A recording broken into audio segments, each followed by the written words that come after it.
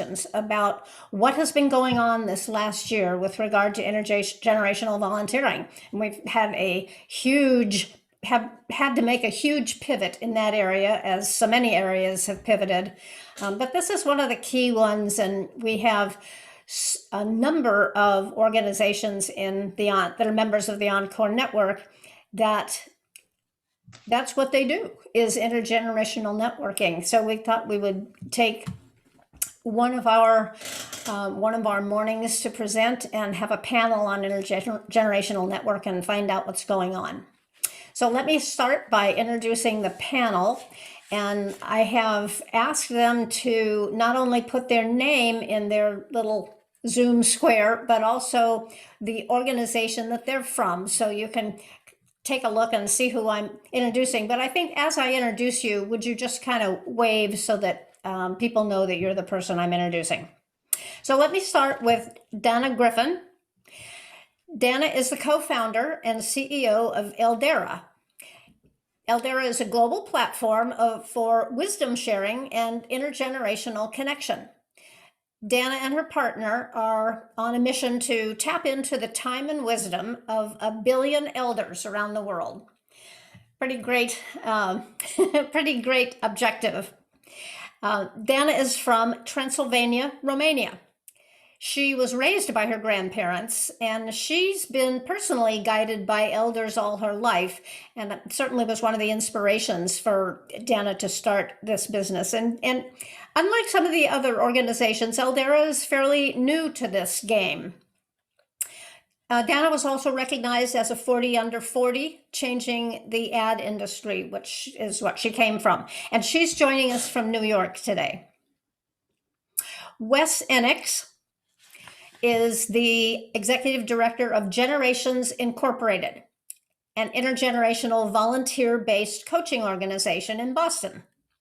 Generations Incorporated focuses on developing literacy skills for children in K through 3rd grade. Their coaches work from a proven curriculum that has students ending the school year reading an amazing 1.5 grade levels higher than they began. So that's a real success story. And thanks for joining us, Wes, from Boston. Tanya Robinson is the Strategic Partnership and Community Engagement Manager for AARP Foundation Experience Corps.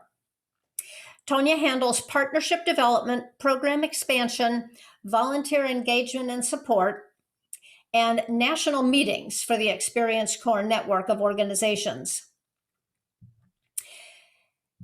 And Generation Incorporated is one of those organizations. She came to ARP recently after quite extensive experience in nonprofit management and large-scale external-facing initiatives. So joining us from ARP's headquarters in Washington, D.C. is Tanya. Mary Click has been with Oasis for 14 years, 3 years as the National Intergenerational Tutoring Director. She develops resources for supporting tutoring programs in 9 of the Oasis centers and at independent sites in 20 cities. Oasis is one of our Encore Network members. She works with school district administrators and facilitators in the Oasis Network tutoring staff to serve over 4,500 volunteer tutors in the program. She's joining us from St. Louis. Now, we also have 2 of the volunteers today. So we not only have the people that run the programs with us, but we have people that have actually been doing the tutoring work, and they have managed to get themselves and their organizations through this huge pivot in the last year. And one of those is Priscilla Troop, who has served as the Generations Incorporated volunteer literacy coach for 5 years. This was after 37 years as an educator and a teacher in the Boston Public Schools. And Nancy Hopkins, Nancy, there she is, has been volunteering again as an Oasis tutor for the past 5 school years. She's served in person and virtually in school districts and in summer programs through a partnership between Oasis and the St. Louis County Library. And I'm Sarah Seth Geber. I'm a journalist and an author, and I specialize in creating meaningful retirement transitions, as well as building strong communities in later life and planning for solo aging, which is really my specialty area. I'm representing the Encore Network today, and I'm joining you from Santa Rosa, California. So we're clearly from all over the country. And what's represented here are some of the movers and shakers from some very new organizations like Eldera, and from some organizations that have been around for 30, 40 years, like Oasis and Generations Incorporated. Tutoring is a huge, huge part of what all of these organizations do. And to provide even a bigger picture, we have with us, of course, from AARP's Foundation Experience Corps. With that group of people, I think this is going to be a pretty lively conversation. So here's our plan. I'm going to be asking this group of very experienced people some questions, and they're going to be answering the questions with, I think, information that will shed a lot of light on what they've come through this last year. But when I'm all done asking them questions, then you're going to be able to ask them questions. And our intent is to save the last 40 minutes for your, or sorry, not 40, 20 minutes for your questions. So feel free to put your questions in the chat as you have them. The session is also being recorded, thanks to Susan Collins, our volunteer Encore Network tech expert. And again, we'll be taking a look at the chat as we get done with the formal questions and see where we go, what your interests are. So for this first part of it, I'm going to ask our panelists to please unmute yourselves, and for everybody else to keep yourselves on mute so we don't have a lot of extraneous noise going on. Tanya, I'm going to give you the first question. What were your initial goals regarding the shift to virtual tutoring and the extent to which you were able to achieve them? Great. Thank you so much, Sarah. And thank you to the Encore Network for including Experience Corps in this discussion. We are so happy to be here, part of this conversation today. As you mentioned, we are a tutoring program. Experience Corps actually engages highly trained adults, 50 and older, to become tutors to help students become better readers by the end of third grade. So essentially, our mission is to help students succeed, older adults to thrive, and communities to grow stronger.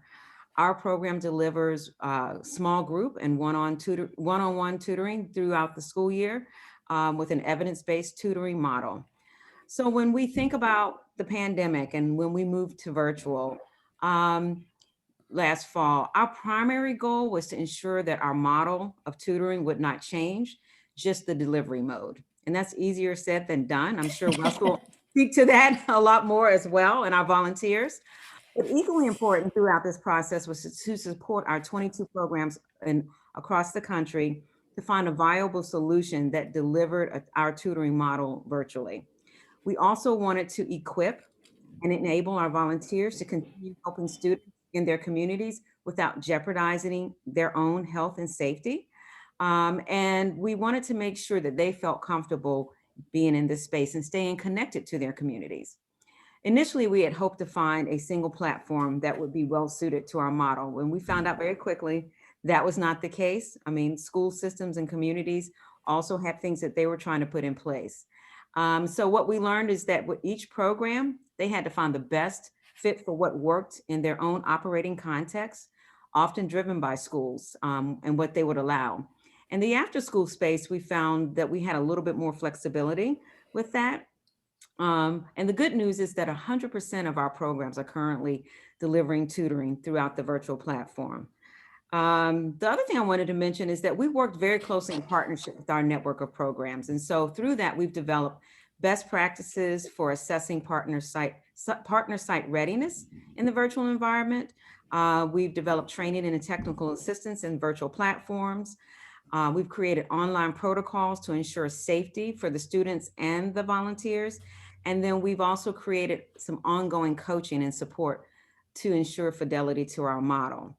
And then looking into the fall, I'll just say this real quickly, is that we've develop some scenario planning, because we know when we go back into the fall, there will be some in-person tutoring, there may be some virtual tutoring, and there may be a hybrid model. So our communities will have to look at that on a community by community basis. And so we're developing a roadmap for this scenario planning.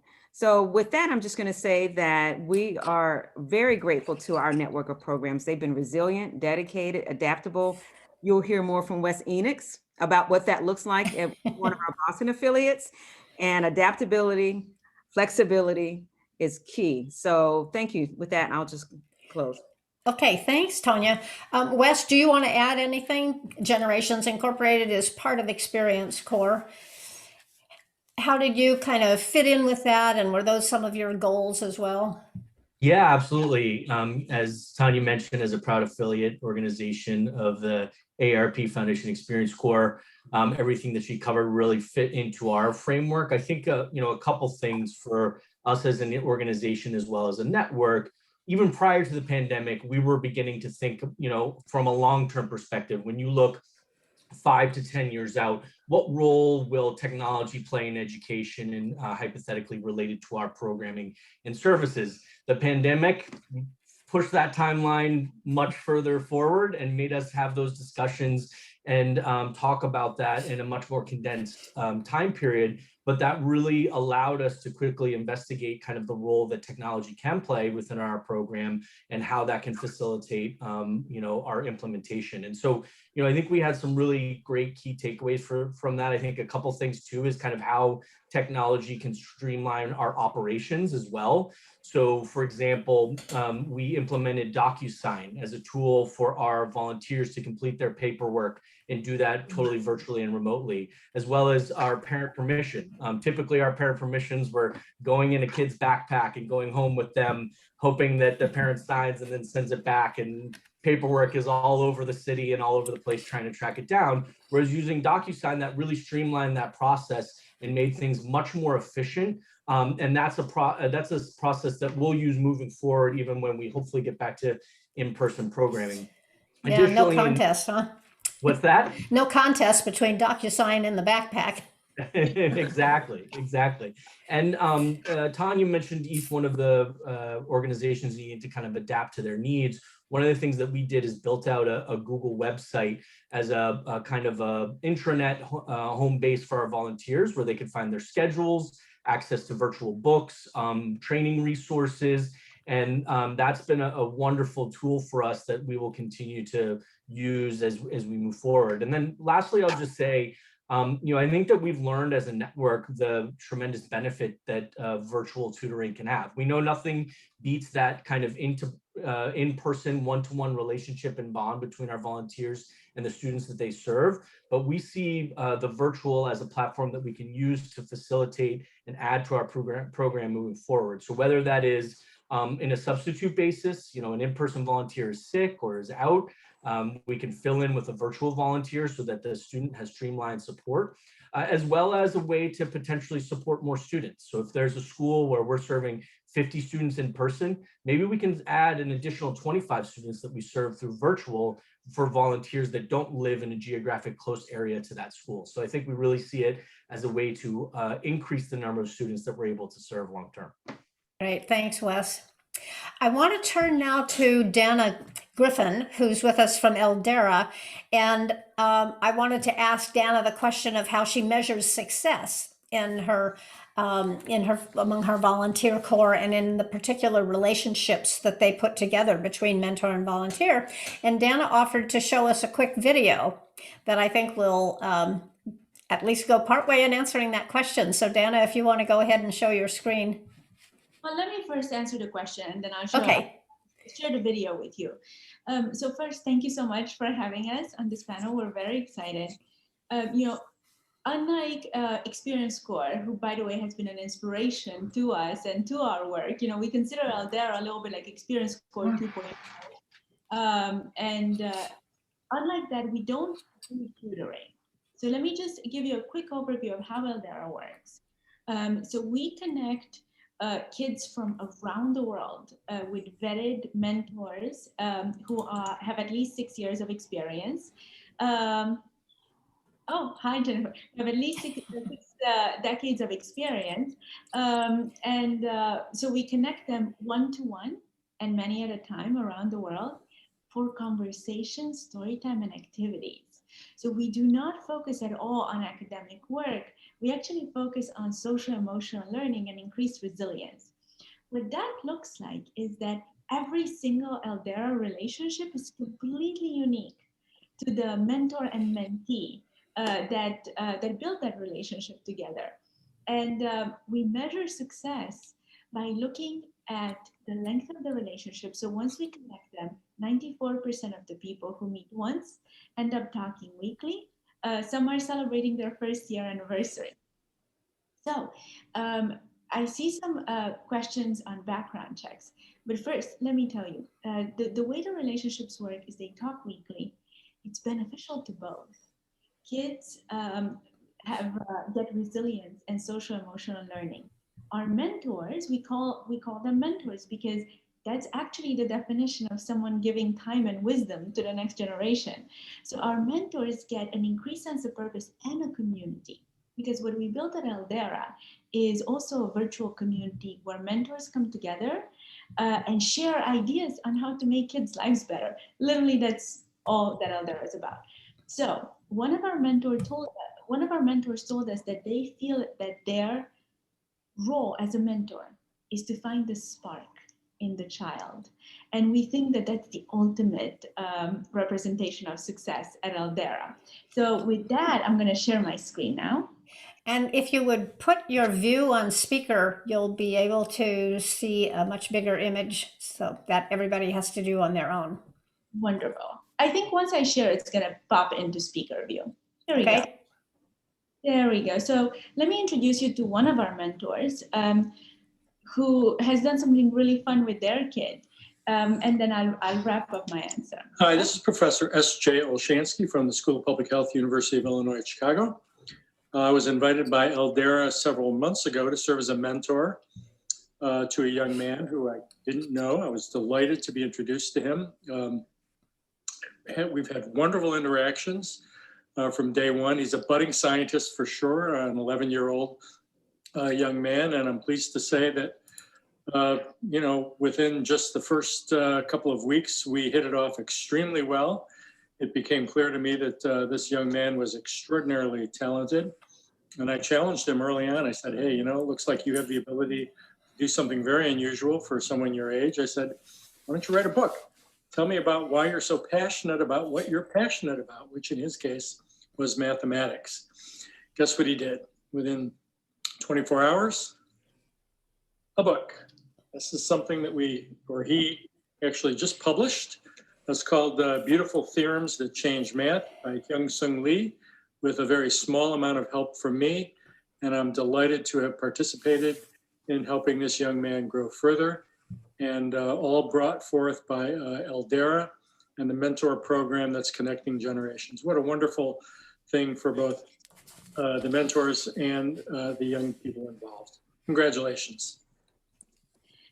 So I want to share that while this is a very, it's a beautiful example also. The book is on sale on Amazon for $19.99, and all the proceeds are going to the Pediatric Cancer Society. So I definitely encourage you to check it out. But I also want to tell you that every single Eldera relationship is completely unique. Jay and Hyun-Sung found their love for science together and published a book together, which is amazing. But other people create art together. Other people just talk about their lives. Sometimes we see with teenagers in particular, want to listen to them. So one of our mentors came up with this idea where every week when they meet, they're supposed to share what made them happy, just to keep that flow of good energy going. So you just never know what's going to come up.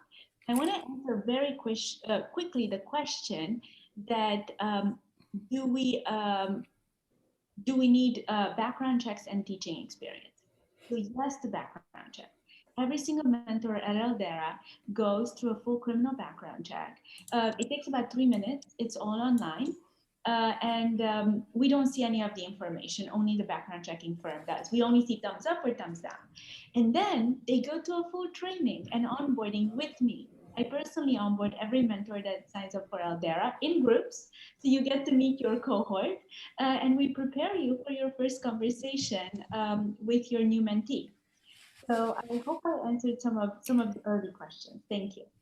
Thanks, Danna. Appreciate that. Let's take a few minutes to hear from some of our volunteers. And I want to first, I'm going to put the first question to Nancy Hopkins, who is a volunteer from Oasis. What's been the most rewarding part for you about being a volunteer with, in your case, Generations Incorporated? And Oasis. oh, sorry. So it's Oasis. I'm getting the two of you mixed up. What's been the most valuable part of being a volunteer for you, especially during this pivot time when we've had to move it all online? The kids are the joy for me. And we had to close down at the end of March.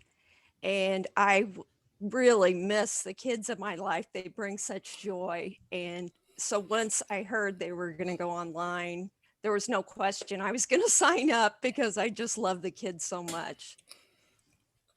Great. Thanks, Nancy. Priscilla, from your perspective. Okay, looking at the question was what was most rewarding about being part of Generations Inc. Obviously, it is the tutoring and the mentoring of the children, but the organization itself. I want to say that Generations is a place that me as a volunteer has a voice. They allow us to be part of their decision making and listen to our ideas, and they make us feel like we are Generations. We get the opportunity to come together as staff and volunteers. They arrange activities for us to get together and, become friends and make relationships. So it's more than just the children. I go with Nancy. They are our number one priority, but Generations also makes the volunteers their number one priority. Thanks, Priscilla. That is so good to hear. And I suspect that that's probably true for Nancy too, or she wouldn't have been at Oasis as long as she's been there. So it's great teamwork. I want to switch gears a little bit now and turn to Wes with this question. How did you make decisions about the platforms and the apps and the technology that you eventually use? I mean, this came all upon us so suddenly. What was that process like? Sure. So Tanya touched a little bit on it in her opening remarks. One of the things that happened quickly, I think, in March of last year, as an organization, as a network, we quickly realized, even though we don't know what the pandemic holds, we know that we need to understand what it would mean to provide virtual programming. We know how to provide in-person programming. What we don't know yet is how to provide virtual programming. And so myself, two other leaders from other organizations in the Experience Corps network, as well as staff from National Experience Corps and the AARP Foundation, formed a task force to really vet the different tools and technologies to understand what would be a best fit for our organization. We did take a look at some full shop options that kind of had everything all encompassed within one. But I think, as Tanya mentioned, we knew that we needed to stay true to our core programming model. And in a lot of those, it would have caused a shift in our program model, which is not something that we were open to doing. And then we began to realize is that every one of the school districts, cities, or communities had different guidelines related to it. Some school districts, you had to use a specific platform, such as Google Meets or Zoom. And so we had to be adaptable to the local network in terms of what their needs were. And as we went through the process, we really tried to, as a network, establish the framework that would allow people to be most successful. And I think Tanya touched on the many ways of, all right, how do we provide people in their local agencies the tools to make the best decisions for them, and then have that support, whether it's related to training, so all the trainings going online, implementing asynchronous trainings, as well as in-person Zoom trainings, and additional resources to effectively implement those technology tools that agencies such as ourselves are doing. So I think that it shifted from a specific technology tool to, okay, what are the tools that you need to make those best decisions and then implement with effectiveness? Thanks, Wes. Mary, anything to add from the standpoint of Oasis and what you went through to make those decisions? Sure. So at Oasis, we had had an aggressive training program in person already, and we had already developed an online training module option for tutors. So we did put that in place for tutors who were new to the program. And then we also developed training on several platforms because, as Wes said, every district was different. Sometimes every school building was different that we worked with. And so we created our own training on Zoom, Google Meet, and Microsoft Teams. And we taught the tutors to utilize digital reading platforms. And then we redesigned our in-person materials so they can be used online. And we trained groups of 10 to 12 people at a time. And then we offered more refresher sessions, and we offered practice sessions so that the tutor would be ready when they actually met with the student. And we became better trainers. The more we trained, the better we became, and learning ourselves. And, you know, Oasis also has a technology component in programming. And so we were able to utilize videos that had been created by our own technology department for training older adults. Great, thanks. So you launched into the training aspect of it, which is certainly an area that I think everybody has had to consider and reconsider. Did you have volunteers who weren't comfortable with the new platforms, and how did you manage that? Certainly. So there were a number of volunteers who were not comfortable using technology and maybe would experience some frustration at learning how to manage a Zoom platform or any other one. And so we also developed a new program, the Postal Pals program. It's a basic pen pal program. We provided a packet of materials to tutors and for students. And then the representative in our school district and our buildings match tutors and students, and they begin writing one another. It's been very successful. And students are enjoying it. Entire classrooms have a postal pal. And so they're receiving letters from one another 2 to 4 times a month. So you've proceeded in kind of a low-tech fashion and Both. getting some similar results, which is terrific. Very, Yes, very so we have flexible. connection. We had connection both virtually and in an old-fashioned way. Yeah, that's great. That's great.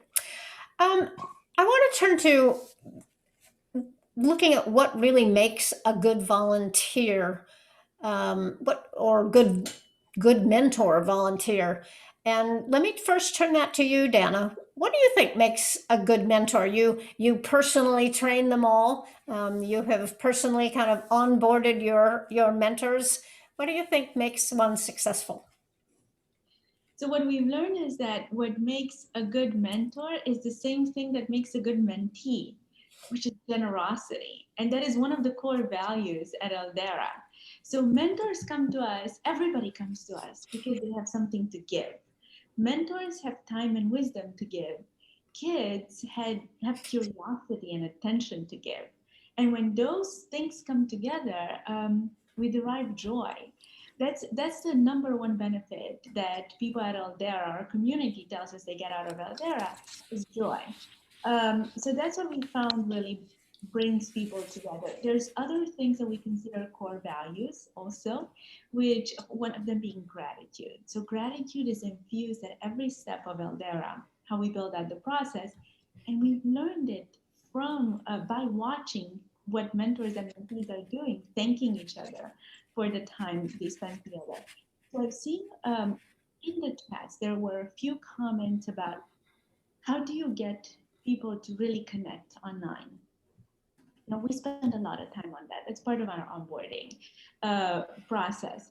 Once they do connect, keep in mind that kids have almost an easier time to connect online than offline. at this point. So Aldera is all virtual. Our kids come from 22 countries and all of our mentors come from the US. But we found that one way or another, the mentors know how to connect with every kid. They just find a way. They look behind the kid. They find a way to talk about something that they might have in common. But ultimately, what we learned after the connection, what makes a really strong experience and an enduring experience are their differences. That comes very naturally to elders that, oh, opposites attract, right? But not to my generation. My generation grew up on social media for the past decade, where people that are alike come together. Well, at Aldera, we've learned that it's actually people who are most different and share those differences and show them off, end up building the strongest long-term bonds. Great. Thanks, Danna. And I want to put that same question to our volunteers. So, Priscilla, what do you think makes a good mentor? Dana said a lot already for us, but what makes a great mentor, because we do work with, the children in the educational form. So what you have to have that connection. You as a mentor, you have to go in saying, I want to do the best by this child. Because it's not just getting that child that year and a half. It's also to find out who that person is, who that child is, their likes, their dislikes, make a real human to human connection, not just the academics. They know what my favorite color is, what book I love to read. I know what their favorite color is, their best food or snack. We get to know each other as people. And I think if you are able to connect on that level with the children, then I think you will be a very good mentor. Thanks, Priscilla. How about you, Nancy? What do you think makes a good mentor? I agree with Priscilla. I mean, everything revolves around the child to me. I mean, the children are the most important. And sometimes when I was doing in-person tutoring, basically we're formed around reading, but also we have children that are troubled sometimes. Sometimes somebody just needs a stable adult in their life. And it's amazing to see. I've had before troubled children, and at the beginning of the year, they only speak when they're asked questions. They don't, Volunteer. just give out information on their own. And by the end of the time, you spent that whole year with the child. By around in February, I would see them start to open up and ask me questions. And instead of me being the one that asks them things all the time. So you could see that development of between the child and you. And it's really amazing. I love it. Wow, a lot of similarities between what all three of you said. I want to wrap up the formal part of this with just asking one question, and whoever wants to answer this can. What have been the really positive outcomes or the rewards, if you want to look at it that way, of making this pivot to virtual platforms?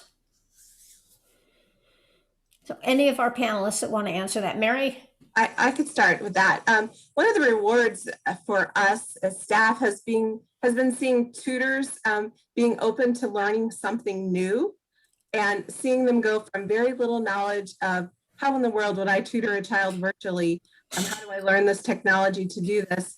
How will we connect virtually? And seeing it happen, seeing them enjoying reading, talking and learning together, seeing the child enter the Zoom room early because they're so excited to see their tutor and coming back to tell you all about it, even though they really don't know me, but they see my face as an adult sometimes monitoring the sessions, and seeing just the dedication and not being limited by location. We have tutors now where programs are not active. The tutors are tutoring in other cities, and that's been wonderful that we're not limited by location. Great, thanks. Tanya? Sure. I have a few, but I'll just pick pick one, and it's really around equitable solutions. I mean, we always say that our tutors provide equitable outcomes, our work for our students. And I think that pivoting to the virtual model really helped us think about equity in communities. That, although we created this virtual model to meet a pressing need, it actually broadened it helped us to address some broader inequities. So for example, it allowed, what Wes said, us to serve more children in underserved communities. It also gave us an opportunity to train and provide resources to older adults who may not have strong digital literacy skills. And so it allowed them to connect with their families, their communities, and tutor students. And then we also provided Chromebooks to a number of our volunteers who did not have the technology. So it's a way to keep them connected in their community outside of Experience Corps. Wow, that's really exciting and impressive. Thank you. Other comments from the panelists on what you've learned, what the rewards have been from this pivot? I would like just to say that, because the question, I wrote down some answers, but I just want to give a little short story. Have a young man. He's a very wiggly young man, not much on attention, but over time, he has come to the point, every now and then we will stop and do a little exercise to get his attention back. Now he is teaching me some exercises to do. When he gets too wiggly and he knows he's being distracted, he'll say, Miss T, it's time to exercise. So we go through exercise. So I think for me, this virtual has added some things because we would not be able to do this inside the classroom. So, and like was already said, he comes on early, he's there, he hates to push the button to leave. But I think the children are really enjoying this one-to-one, that they only see their person who is mentoring them, tutoring them. They are there for you. So they can't wait for that time. Thank you. That's just a great note to end this kind of formal portion on. I'm going to turn to the chat and look up some of the questions that have been asked by those of you in the audience specifically. Nancy Pasternak asked specifically to Nancy, how many kids do you mentor? So I've gone up every year because I always want more. So last year when we stopped, I was mentoring 3 kids. And online this year, I'm mentoring 2 kids, a 2nd grader and a 3rd grader. So Okay. I try to fill in as many as I can. Great, thanks. And Susan has asked of all of the panelists, how do you find mentors? Are you looking for more mentors? So I'll again turn to Danna. I know from another project before. Danna, I know, is looking for mentors all the time. Always looking for more mentors. We always have a wait list of parents signed up. So we don't go through the school system. If you want, we're like the direct-to-consumer version. People come to us and sign up. So parents sign up from all over the world and they're sitting in wait lists. So we are always looking for more mentors. Please join us. We only pair a mentor with 1, maximum 2 kids. And the time commitment is from 30 minutes to an hour a week per kid. Now, some kids will talk for an hour and a half, and if you love it, go for it. But that's kind of the time commitment, and we always welcome new mentors. So thank you. Thanks. Mary, how about Oasis? Are you looking for more mentors? Certainly, we're always looking for new mentors. We recruit new tutors a variety of ways. We have a form on our website where tutors can select what city they would like to tutor in. We have recruiting pushes throughout the summer and before the 2nd semester, usually to recruit new tutors. And also our schools are recruiting them as well. Great. And Wes, how about Generations Inc.? Sure. And I can kind of answer the question that Doug Dixon, our friend at Encore Boston, just put into the chat that's related. We work with a number of our key strategic partners, Encore Boston being one of them, AARP of Massachusetts being another, Black Ministerial Alliance, other community-based organizations that we partner with to help spread the word of our volunteer opportunity. And Doug said, is it easier or harder to recruit in a virtual mode? I would say there's some aspects that are easier and there's new opportunities that are created. So for example, we had 65 new volunteers come to us this year in the virtual setting, a large number of which probably wouldn't volunteer for us in the in-person program.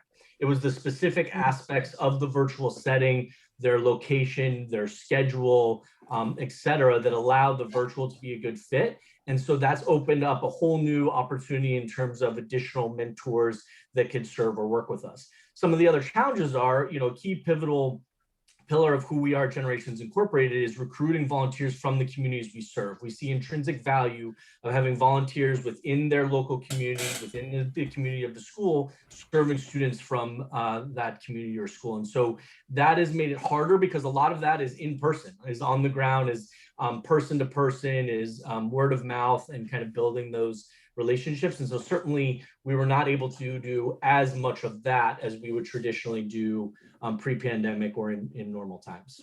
Thanks. Sarah, can I also add? Sure, Tanya. And so when I think about recruitment, I always also think about retention. And for us this year, only a third of our volunteers across the country were virtual tutors. And so we had another 2/3 that we wanted to keep engaged throughout the school year. So our local programs had virtual coffees, virtual book clubs, and social hours. Then at the national office, we created what we called a volunteer workshop series. Each month we would host a particular topic. It could be about Experience Corps. It could be about, as Priscilla talked about, mindfulness and behavior management with students. It could be about health and well-being. But for us, we wanted to make sure that we retain those volunteers who did not tutor this school year to be with us next year. And so the volunteer engagement has been a key strategy for Experience Corps to continue to make sure that we have those volunteers that have been with us for many, many years, or may have just joined us to be with us in the fall. That's great. Thanks. I'm going to ask Betsy Worley to, Betsy, if you would unmute yourself and ask, you asked a very good question in the chat, and I want to give you a chance to just voice that yourself. Thank you very much. And what a great discussion, and kudos to all of you leading these really important programs. I am a volunteer co-lead of a college mentoring program that's in New York City, one of the city university schools. And it's always been one-to-one. So restaurants and coffee, and so it's not a tutoring program, it's mentoring. So we just met with the mentors, and those who started with their students last September said, we're doing our best, but it's been hard to establish a relationship in person. So Donna, I know you shared some thoughts, but I would love to hear from others as your new students started with a new tutor. What were some ways you helped them get to know each other? So Betsy's asking that of any of the panelists who would like to chime in. So I could start with that. Our tutors began to get to know their student just as they do in person. They begin talking with them about their favorite things, whether it's their favorite food or whether they like to play baseball, or what their favorite color is. And of course, because we're a literacy organization, we talk about what their favorite book character is. And they're looking for commonality, choosing, of course, what they plan to read with the student, but also some area of interest. They might ask, what game have you been playing since you've been staying at home in the pandemic, or things like that. Just looking and just having conversation and picking up on clues from what the children share.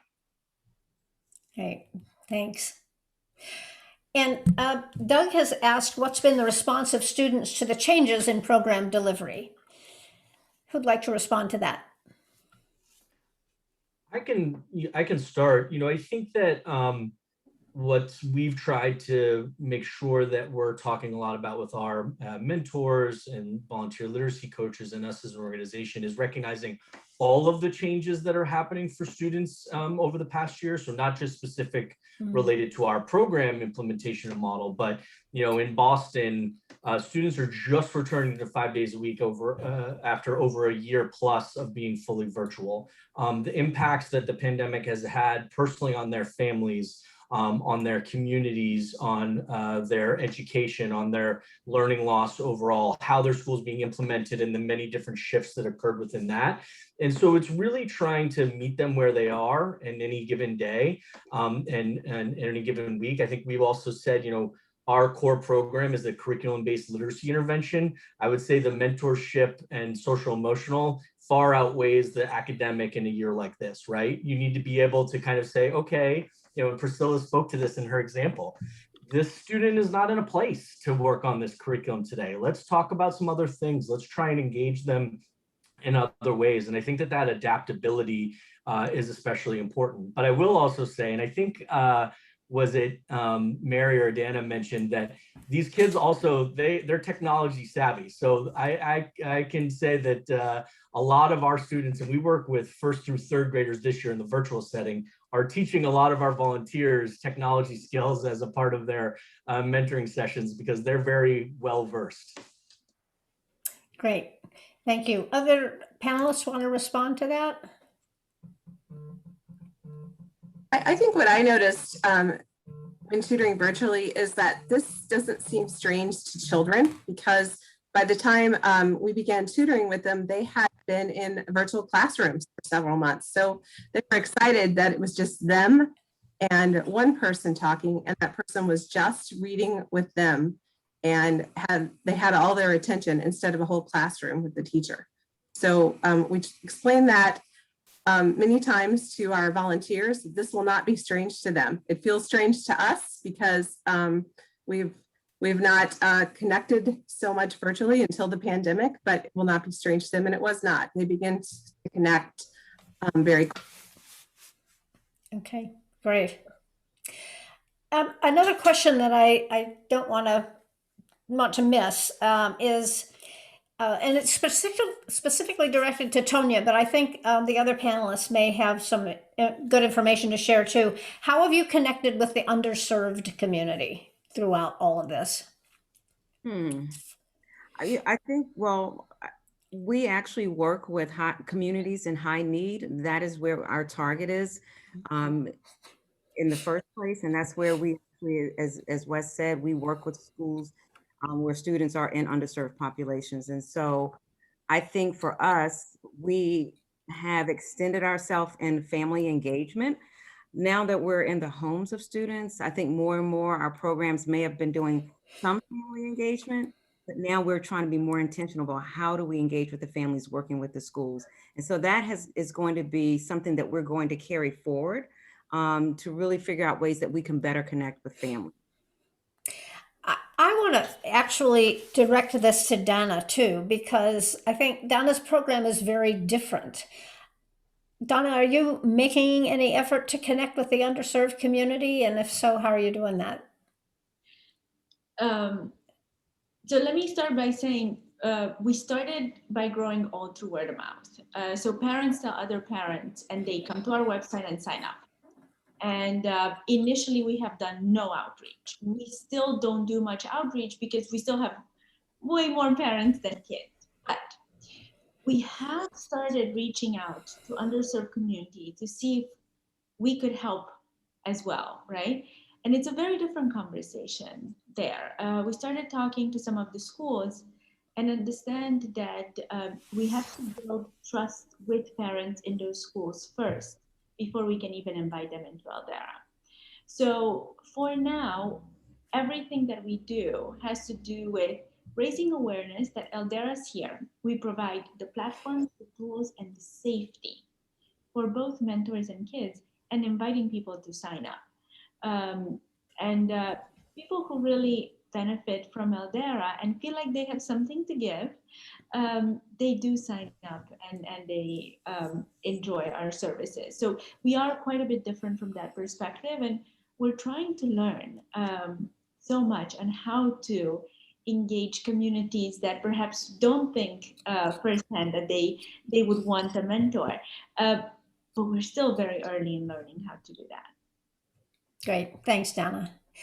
Looking through the rest of the chat, I'm noticing that most of the questions that have been asked have been answered by the panel, which is great. So I want to open it up now to anybody who wants to ask an additional question. And Betsy, I saw your hand go up right away. Here we go. For all of the programs, where do you see yourselves in 5 years? So post-pandemic, technology is fast forwarded. What are some of the a little bit, leaps ahead that you can foresee for your programs and maybe for intergenerational tutoring and mentoring in general? Great question. So if I may jump in with that, because this is something we think about so much. Our core goal, so we started virtual, we've always been virtual, we always will be virtual. Our number one goal is to keep this intimacy that we've created in every relationship. So as we grow, we hope to blanket the world with beautiful, beneficial relationships, one-to-one and many at a time, because we think that is the way that we can really impact society and bring together young and old in relationships that are not just good for them, but we've already seen the positive ripple effects in their communities. So I think our number one goal is to make sure that as we grow, and we're growing quite rapidly, we maintain that intimate bond and beautiful relationships that we've been able to build so far. Thanks, Danna. Other comments about where you see your organizations in the future, 5 to 10 years down the road? Yeah, I can speak for Generations Incorporated. I think that one thing we know from the pandemic is that there's been significant learning loss for our youngest students. And all of the research is showing, and there was a recent McKinsey report showing that the greatest way to impact that learning loss is through individualized tutoring and coaching, one-to-one.